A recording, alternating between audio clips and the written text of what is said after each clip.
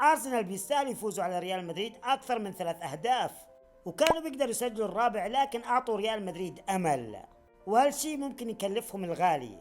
الإياب راح يكون في سانتياغو برنابيو، وكنا بنعرف إنه هناك بصير أشياء غريبة كثير، واللاعبين عارفين هالشي. وأسينسيو قال راح نعمل ريمونتادا، وكورتوا قال إذا في فريق ممكن يرجع هو ريال مدريد.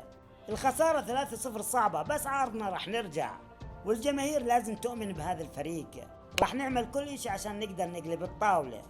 بيلينغهام بيقول إحنا لسه موجودين ضايل 90 دقيقة، وإذا في مكان مميز ممكن يصير فيه شي جنوني فهو البرنابيو. معقول في ريمونتادا؟ ومبابي قال الرجعة ممكنة أكيد، لازم نؤمن لآخر لحظة. والكابتن فاسكيز قال إنه الموضوع صعب لكن ممكن، وإذا في فريق ممكن يعملها فهو فريقنا.